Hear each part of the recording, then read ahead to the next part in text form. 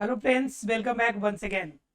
Friends, आज की class में हम लोग देखेंगे कि सूक्ष्म जीवों के द्वारा और क्या क्या बेनिफिट हो सकते हैं। पिछले क्लास में हमने देखा था कि वहित मल जल को हम कैसे शुद्ध करके फिर से रीयूज कर लेते हैं। तो आज के क्लास में जानना हम लोग को कि बायोगैस संयंत्र हम कैसे बनाएंगे, अर्थात कि बायोगैस को बनने में किस रूप में सूक्ष्म जीव हमारी मदद करेगा। बायोगैस की बात कर रहे हैं हम लोग।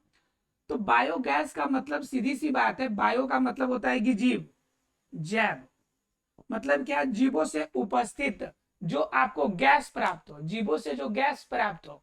तो जीवों से गैस प्राप्त का मतलब क्या हो गया कि जब जीव सड़ेंगे, जीव क्या होगा, सड़ना शुरू होगा, ये सड़ेगा।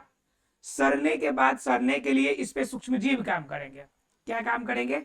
सूक्ष्म जीव।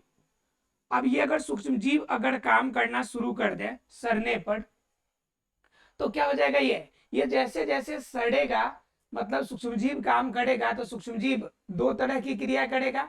एक तो श्वसन करेगा और दूसरा अपने शरीर के अंदर पाचन करेगा। तो जैसे जैसे ये श्वसन पाचन की क्रिया करेगा और इसको तोड़ेगा, तो इसमें अलग अलग प्रकार के गैस निकलेंगे। और यह जो गैस हमें प्राप्त होगा, यह गैसों का समूह जो होगा हमारा, बायोगैस कहलाएगा। ठीक है। जनरली क्या होता है कि एग्जाम में पूछा जाता है कि बताइए कि बायोगैस के मुख्य इसके अवयव क्या है, या पूछ देता है कि बायोगैस के मुख्य स्रोत क्या है। तो पहले बात कर लेते हैं स्रोत की। तो मुख्य गैस है, और स्रोत की अगर बात करें कि बायोगैस का स्रोत मेन क्या है, तो हमारे पास जो गोबर, गाय की गोबर हमें प्राप्त होती है। ठीक है। घर की जो आपके जितने भी जैविक अवशेष प्राप्त होते हैं वो अवशेष हो जाएंगे, जैसे घास हो गया, भूसा हो गया, सारी चीजें ये अवशेष हो जाएंगे। इसके अलावा आपका गोबर हो जाएगा, मल हो जाएगा। तो ये जितने भी आपके ये बेकार पदार्थ है, ये सभी इसके मेन स्रोत है।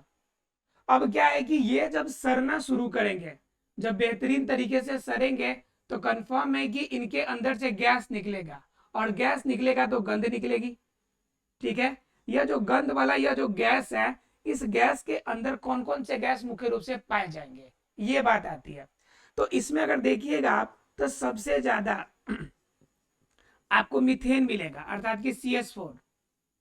एग्जाम में अगर कुछ भी ऑप्शन नहीं दिया हो, तो आप कह सकते हैं कि बायोगैस का मुख्य स्रोत क्या होगा, CH4 अर्थात कि मीथेन। लेकिन अगर फिर भी इसके अलावा भी पूछ दे, तो इसके अलावा आपको कार्बन डाइऑक्साइड भी मिलेगा, क्योंकि आपका सूक्ष्मजीव है। सूक्ष्मजीव जब उसको तोड़ेगा, तो तोड़ेगा तो अपना श्वसन की क्रिया करेगा ना। तो जब श्वसन की क्रिया करेगा, तो वह क्या करेगा, कार्ब ऑक्सीजन लेगा अंदर, और जब ऑक्सीजन अंदर लेगा, तो बाहर कौन सा गैस छोड़ेगा, कार्बन डाइऑक्साइड। तो मतलब क्या, कार्बन डाइऑक्साइड बाहर छोड़ेगा ही। तो इस तरह से इस क्रिया के अंदर आपको कार्बन डाइऑक्साइड भी मिलेगा, मीथेन मिला, कार्बन डाइऑक्साइड। इसके अलावा जब आपका ग्लूकोज टूटेगा, C6H12O6, ये टूटेगा, तो इनसे अलग अलग रूप में इसके अपरूप आपको प्राप्त होने वाले हैं। ठीक है।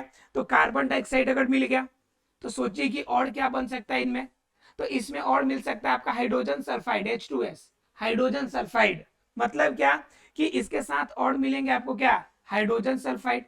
अब बात ये आती है कि इसके अणु जितना ज्यादा होंगे, तो आपका जनरली ये कार्बनिक अणु है, तो कार्बनिक अणु के टूटने के बाद जितने यौगिक बन सकते हैं, ये सभी के सभी यौगिक इसके पार्ट बनेंगे, और सभी के सभी यौगिक जो होगा गैस के रूप में जो निकलेगा, वह इसके मुख्य स्रोत में आएंगे। लेकिन सबसे अगर अधिक मात्रा में बात कीजिएगा, तो सबसे अधिक मात्रा में कौन मिलेगा आपको, मीथेन गैस आपको मिलने वाला है।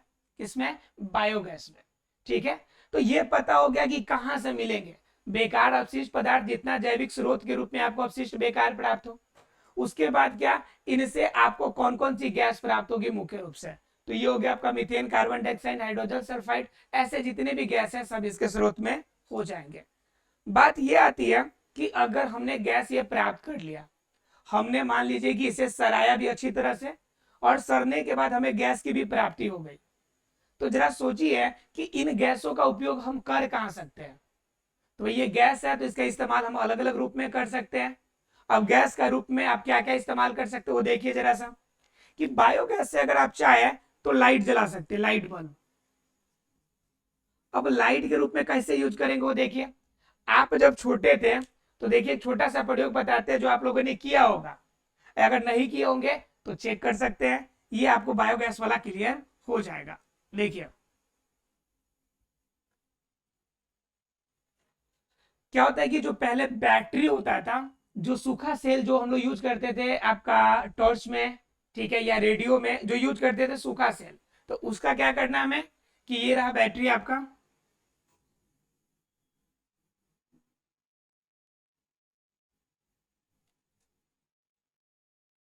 इस तरह की बैटरी होती थी, ठीक है।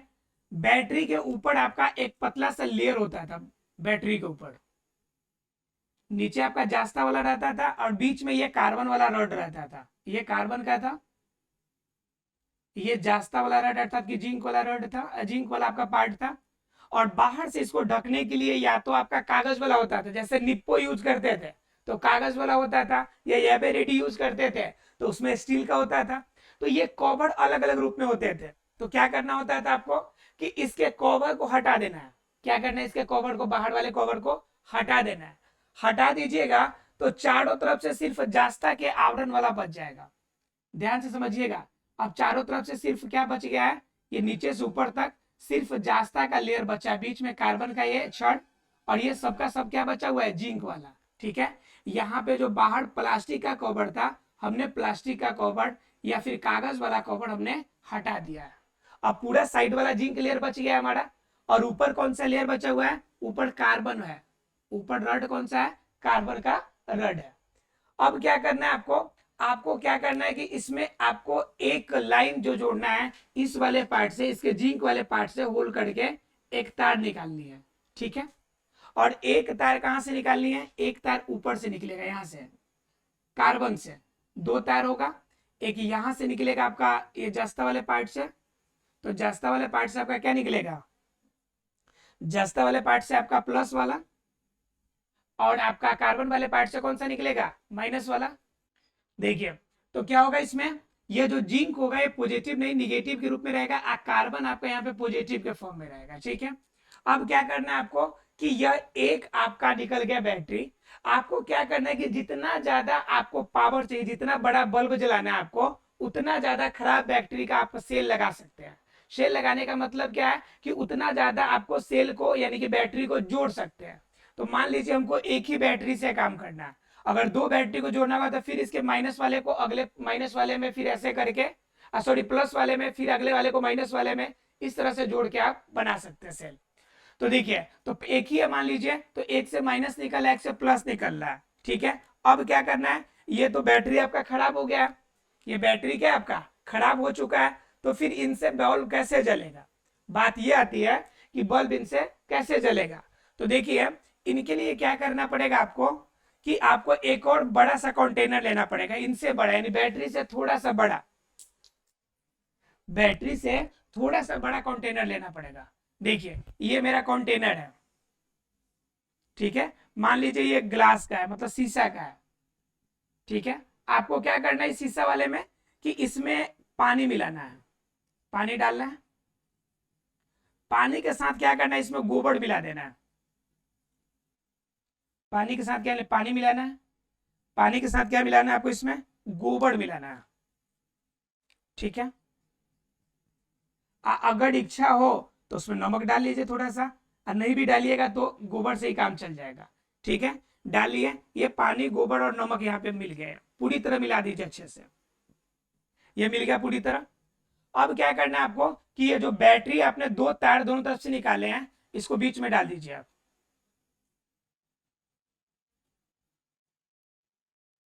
ये बैटरी हो गया। अब क्या करना है आपको कि इसके दोनों वायर, जो एक ये माइनस वाला आपका था जिंक और ये आपका पॉजिटिव प्लस वाला था, अब इस दोनों को क्या कर दीजिए, किसी बल्ब से जोड़िए, किसी बल्ब से जोड़िए। और ये जो बैटरी खत्म हो गया था, इनसे भी नजर आएगा आपको कि बल्ब जल रहा है, इनसे भी नजर आएगा क्या कि बल्ब जल रहा है। तो बात समझ रहे हैं आप कि ये वास्तव में कहां से आ रहा है ये सब एनर्जी, तो ये गोबर से आपका इस्तेमाल करके, अर्थात कि उनसे एनर्जी लेकर तब ये चला रहा है। सिस्टम किस पे डिपेंड करेगा, वो सिस्टम करेगा बायोगैस पे डिपेंड, अर्थात कि बायोगैस का आप यूज करना चाहे तो लाइट के रूप में, प्रकाश के रूप में इसका इस्तेमाल कर सकते हैं। इसके अलावा आप इसका यूज और कहाँ कर सकते हैं, ये प्रयोग आपका बिल्कुल ईजी है, आप घर पे इसको करके देखिएगा, लाइट बल्ब जलेगा आपका। अब ऐसा नहीं कि आपका एक बैटरी जोड़े और बड़ा वाला बल्ब जला दीजिए तो नहीं जलेगा, ठीक है। छोटा वाला एलईडी बल्ब जलाइएगा जब ये छोटा लीजिएगा तो। अगर इसी का 2-3 सीरीज अगर ले लीजिएगा और 2-3 आपके पास अच्छी बैटरी हो, मतलब खराब में ही, तो उसका अगर जोड़िएगा तो थोड़ा सा बल्ब बड़ा ले सकते हैं आप। क्लियर है। उसके बाद देखिए, तो ये लाइट है। अब जरा बात कर लेते हैं कि पहला चीज आपको इससे फायदा क्या होगा कि आप चाहे तो बायोगैस का यूज कर सकते हैं लाइट में। दूसरा क्या इस्तेमाल कर सकते हैं आप, दूसरा यूज कर सकते हैं आप खाना बनाने में, खाना बनाने में भी इसका प्रयोग कर सकते हैं। अब आपको लाइट खाना बनाने के लिए यूज हो रहा है तो ये तो कंफर्म हो गया कि आपके लिए बहुत ज्यादा उपयोगी है। लेकिन बात ये आती है कि ये अगर आपको उपयोगी है तो इनसे दुर्गंध भी तो बहुत खतरनाक निकलते हैं, इनसे बहुत ज्यादा प्रदूषण भी तो फैलेगा, तो ये भी एक समस्या है। तो आखिर ऐसा क्या सिस्टम लगाया जाए कि हम बायोगैस का उपयोग सही तरीके से कर भी पाए और प्रदूषण वगैरह या अन्य कोई प्रॉब्लम वाली बात हो भी नहीं, ये इसका कौन सा तरीका है। तो हम लोग जानेंगे अब कि बायोगैस संयंत्र अर्थात कि बायोगैस टेक्नोलॉजी कैसे काम करती है, बायोगैस बनाया कैसे जाता है। हमने तो जान लिया कि इसके मुख्य स्रोत क्या है, इनमें से कौन गैसेज निकलेंगी, इनसे बेनिफिट क्या होगा, ये सारे पॉइंट हमने जान लिए, एक प्रयोग भी जान लिया। लेकिन अब ये जानना है कि बायोगैस हम बनाएंगे कैसे जिसका उपयोग आसानी से सही तरीके से हम कर सकते हैं। तो चलिए बिना लेट किए हुए जानेंगे कि बायोगैस संयंत्र काम कैसे करता है। देखिए, तो क्या करना है आपको, बायोगैस संयंत्र बनाना है। बायो गैस के लिए आपको संयंत्र तैयार करना है, मतलब कि एक ऐसा जगह, एक ऐसा मशीनरी तैयार करना है जो कि आपको क्या करे, बायोगैस रिलीज करे, बायोगैस रिलीज करे यानी कि प्रदान करे। तो इसके लिए पहला काम क्या करना पड़ेगा कि इसके लिए 15 से 20 फीट आपका क्या करना पड़ेगा, गहरा आपका कुआं की तरह जगह खोदना पड़ेगा, जिसकी मतलब गहराई 15 से 20 फीट होगी। या कोई फिक्स नहीं है कि उतना ही होगा, थोड़ा सा बड़ा या छोटा भी चलेगा, कोई दिक्कत वाली बात नहीं है। 15 से 20 फीट आपका एवरेज इसलिए का है क्योंकि प्रचुर मात्रा में उसमें मटेरियल डालेंगे तो यह बायोगैस कुछ ज्यादा दिनों तक काम करेगा। आप छोटा बनाइएगा तो इसकी गैस की लेवल थोड़ा सा कम रहेगी, प्रेशर कम बनाएगा।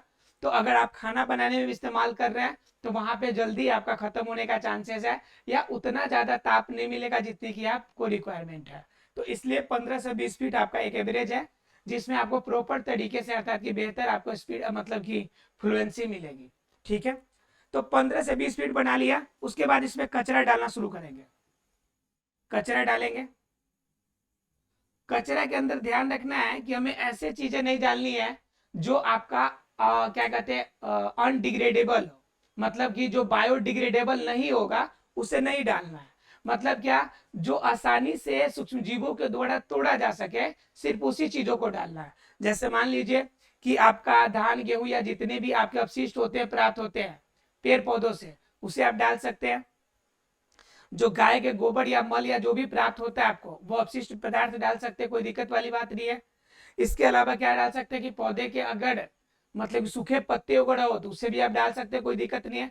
मतलब कोई भी चीज डालिए, गल जाना चाहिए प्रॉपर तरीके से, ऐसा चीजें डालना है, ठीक है। लेकिन जो चीजें नहीं गलने वाली है जैसे प्लास्टिक है तो प्लास्टिक नहीं डालेंगे आपका। उसके बाद स्टील का कोई मटेरियल आइटम है उसका यूज नहीं करेंगे आप, ठीक है। इसके अलावा आपका टेफलॉन, बेकेलाइट जैसे आपको जितने आते हैं, थर्मोसेट या थर्मोप्लास्टिक, उनका इस्तेमाल आपको नहीं करना है, ठीक है। इसमें क्या करना है, कचरा डालना है, लेकिन कचरा कैसा होना चाहिए, बायोडिग्रेडेबल होना चाहिए, बायोडिग्रेडेबल होना चाहिए। बायोडिग्रेडेबल का मतलब कि जो जैव निम्नकरणीय हो, मतलब जीवों के द्वारा जिसे आसानी से तोड़ा जा सके। तो ये कचरा हमने पुट कर दिया इसमें। अब देखिए, हमने कचरा डाल दिया इसके अंदर अलग अलग रूप में, और ये सभी के सभी आपके सूक्ष्म जीवों के द्वारा टूटने वाले हैं। अब क्या करना है आपको कि जैसे डालेंगे इसके अंदर तो प्रॉपर ऑक्सीजन अभी मिल रहा है, तो तुरंत इसके अंदर क्या होगा, सड़ने के लिए सूक्ष्म जीव यहाँ पे मिल जाएंगे। क्या मिल जाएंगे हमें, सूक्ष्म जीव हमें प्राप्त हो जाएंगे। ये सूक्ष्म जीव तुरंत इस पे अपना काम करना शुरू कर देगा, तोड़ना शुरू करेगा। जब तोड़ना शुरू करेगा तो इसमें से गैस निकलना शुरू होगा। तो बताइए, गैस वायुमंडल में जाएगा या चारों तरफ फैलेगा, तो फिर बायोगैस का इस्तेमाल आप कीजिएगा कैसे। तो उस कंडीशन में क्या किया जाता है कि इसको पूरी तरह से ऊपर से ढक दिया जाता है, और इसमें सिर्फ पाइप के जगह के अनुसार एक होल रखा जाता है और उसको एक पाइप से कनेक्ट कर दिया जाता है, और डायरेक्ट वो आपके किचन तक जाएगा।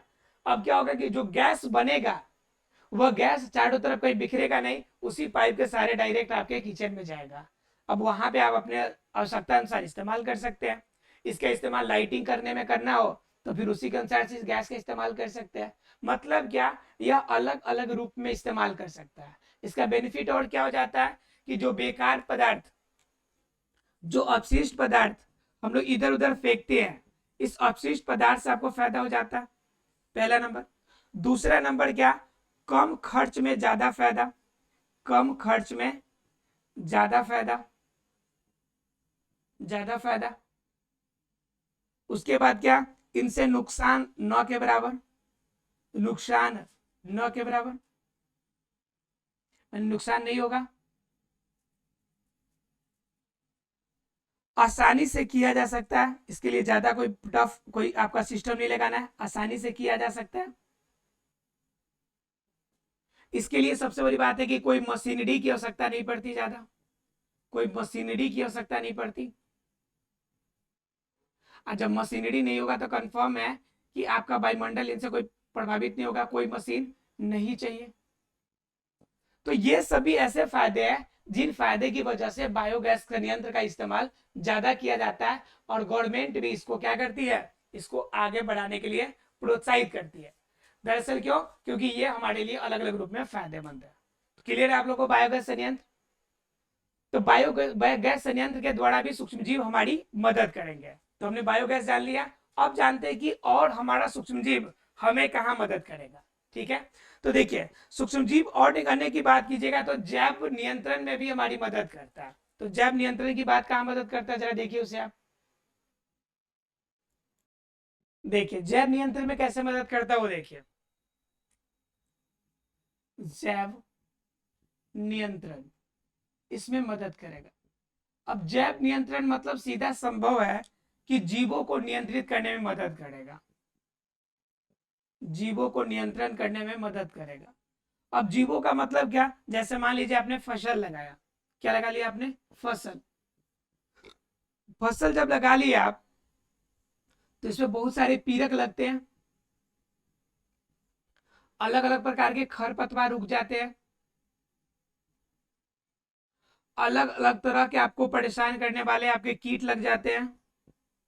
ये सभी बहुत सारी समस्याएं आपको फसल में देखने को मिलती है। अब क्या करते हैं कि आपको इस पीरक से बचने के लिए आप क्या करते हैं, दवा का इस्तेमाल करते हैं, पीरकनाशी का। खरपतवार को हटाने के लिए विडिसाइड्स का इस्तेमाल करते हैं दवा का, कीट को मारने के लिए अलग दवा का इस्तेमाल करते हैं। जब ये दवा का इस्तेमाल करते हैं तो ये सिर्फ कीट खरपतवार या पीरक को नुकसान नहीं पहुंचाता है, बल्कि आपको ये फसलों को भी नुकसान पहुंचाता है, यानी इसे भी क्या करता है, नुकसान पहुंचाता है। अब उस कंडीशन में आप क्या करेंगे कि आप चाहेंगे कि दवा का इस्तेमाल करें, ये मर जाए और वो दवा हमारे फसलों में उग जाए और हम खाएं और हमें भी कोई हानि हो जाए, तो ऐसा आप नहीं चाहेंगे कभी भी। तो उस कंडीशन में आपके पास एक ऑप्शन बचता है कि फसल को आपको पीरक और खरपतवार और कीट से बचाना है, लेकिन बिना दवा का, बिना किसी केमिकल का। ऐसा कौन सा तरीका होगा कि पीरक खरपतवार कीट इन सभी चीजों को हम क्या कर सकते हैं, बचा सकते हैं, अर्थात कि जैविक नियंत्रण हम कर सकते हैं बिना दवा का। तो बिना दवा का इस्तेमाल करने के लिए आपका क्या होगा, ये सूक्ष्म जीवों के द्वारा ही संभव हो पाएगा। किसके द्वारा संभव हो पाएगा, सूक्ष्म जीवों के द्वारा। सूक्ष्म जीव इसके लिए काम करेंगे।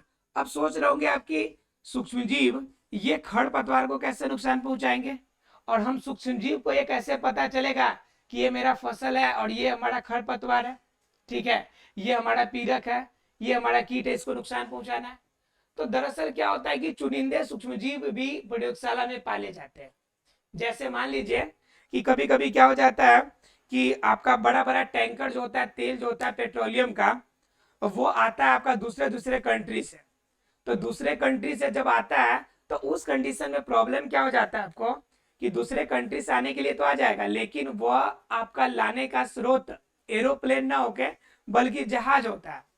अब जहाज में उतने बड़े टैंक को कैसे रखा जाए, इसके लिए क्या होता है कि पानी के स्रोत में आपका क्या होता है, उसे डालकर और उसको किसी भी तरह से अटैच कर दिया जाता है आपके जहाज से, और वो आसानी से आ जाता है। अब क्या होता है कि कभी कभी ये बड़ा बड़ा टैंकर जो होगा आपका पेट्रोलियम वाला, जैसे मान लीजिए कि इतना बड़ा टैंकर है, ये इतना बड़ा टैंकर है, ठीक है। अब ये टैंकर किसी भी रूप में आपका क्या हो गया, फट गया, ज्यादा आपका प्रेशर पड़ा या बहुत सारे बड़े बड़े जीव पाए जाते हैं समुद्र में, ये किसी भी रूप में इसको मार दिया, होल हो गया, फट गया, किसी भी रूप में लीकेज हो गया। अब क्या हो गया कि पेट्रोलियम बाहर निकल गया इसमें से। पेट्रोलियम जब बाहर निकलेगा तो समझिए कि आपका समुद्र के ऊपर वाले लेयर पे जाके छाएगा। क्यों छाएगा भाई? क्योंकि ये जो होता है पेट्रोलियम जो होता है या कोई भी तेल होता है सामान्य रूप से, वह आपका क्या होता है, जल से कम घनत्व वाला होता है। और जब घनत्व इसका कम है तो आपका जल नीचे हो जाएगा और ये पेट्रोलियम ऊपर हो जाएगा। तो उस कंडीशन में अब क्या है कि जो नीचे समुद्र में जो जीव है, जो पौधे हैं, उनको प्रॉपर तरीके से प्रकाश नहीं मिलेगी, प्रॉपर तरीके से ऊपर से ऑक्सीजन नहीं आएगा, इस तरह से बहुत सारी समस्याएं उत्पन्न होगी। तो उसके लिए हम क्या करते हैं कि अलग से सूक्ष्म जीव हम लोग टैंकर में बंद रखते हैं, जिन सूक्ष्म जीवों को छोड़ा जाता है, और इन सूक्ष्म जीवों का प्रयोग करके हम लोग क्या करते हैं जी, इसके जितने भी आपका लेयर पे जो पेट्रोलियम होगा उसको नष्ट कर लेते हैं, यानी कि पूरी तरह से नष्ट कर लेगा और फिर उसे हम आसानी से फिर अलग कर लेते हैं, ठीक है। तो ये बेनिफिशियल होता है। फिर आपने एक और, आपने अभी रिसेंटली मूवी आपने देखा होगा पठान, ठीक है, पठान मूवी आपने देखा होगा, हाँ पठान मूवी आपने देखा होगा। तो उसमें देखा होगा आप लोगों ने कि सूक्ष्म जीवों का प्रयोग करके कैसे रोगों को फैलाया जाता है, ठीक है, या जीवों को नुकसान पहुंचाया, सॉरी पेड़ पौधों को नुकसान पहुंचाया जाता है। तो कीट है या सूक्ष्म जीव है तो वो आपके फैक्ट्री में भी पाले जाएंगे। जैसे कोविड आया था तो कोविड भी आपका जनरली कहाँ तैयार हुआ था, वुहान के लेबोरेटरी में तैयार हुआ था।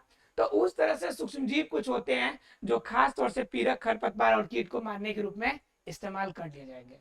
क्लियर है फ्रेंड्स? तो क्या हो जाएंगे कि ये जैविक नियंत्रण के लिए भी हम चाहे तो इसका इस्तेमाल कर सकते हैं, ठीक है। इसके अलावा हम कहाँ इस्तेमाल कर सकते हैं सूक्ष्म जीवों का? तो बहुत सारे आपके क्या होते हैं, क्या कहते हैं, उर्वरक, बहुत सारे उर्वरक के निर्माण में भी हम इसके इस्तेमाल करते हैं, ठीक है। उर्वरक में अर्थात कि कोई भी पोषक तत्व तो जैव निकटनीय स्रोत बनाएंगे हम, तो उसमें हम सूक्ष्म जीव का इस्तेमाल चाहे तो कर सकते हैं। जैसे मान लीजिए मिट्टी की उर्वरता बढ़ानी है तो उसमें सूक्ष्म जीव का इस्तेमाल कर सकते हैं। जैसे वर्मी कल्चर है तो वर्मी कल्चर में आपका क्या आ जाता है, जनरली केचुआ काम करता है, ह्यूमस बनता है। तो ह्यूमस जब बनाने की बात आएगी तो ह्यूमस कौन बनाएगा, सूक्ष्म जीव की वजह से बनेगा, क्योंकि वो गलेगा सड़ेगा तब ना ह्यूमस बनेगा, और सरारे कराने के लिए क्या चाहिए हमें, सूक्ष्म जीव चाहिए। तो उसके लिए सूक्ष्म जीव हमारा क्या होता है, इस्तेमाल किया जाता है। तो आशा है फ्रेंड्स कि सूक्ष्म जीव के बारे में समझ में आ गया होगा कि सूक्ष्म जीव आपके लिए, पेड़ पौधों के लिए या अलग अलग रूप में कितना ज्यादा उपयोगी होता है। तो ये चैप्टर हमारी आज यहीं पे खत्म होती है, मिलते अगले क्लास में, तब तक के लिए thank you very much friends.